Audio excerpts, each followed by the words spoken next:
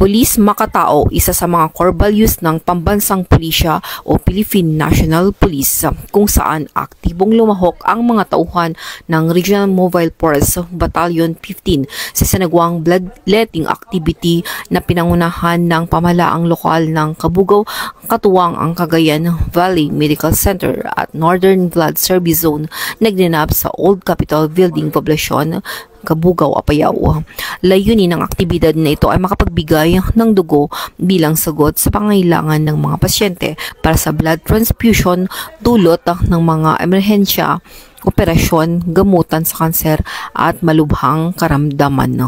Mula dito sa Riyon ng Cordillera, ako ang inyong PNN correspondent, Police Master Sergeant Lenny Valerio, alagad ng batas, tagataguyod ng Balitang Pulis.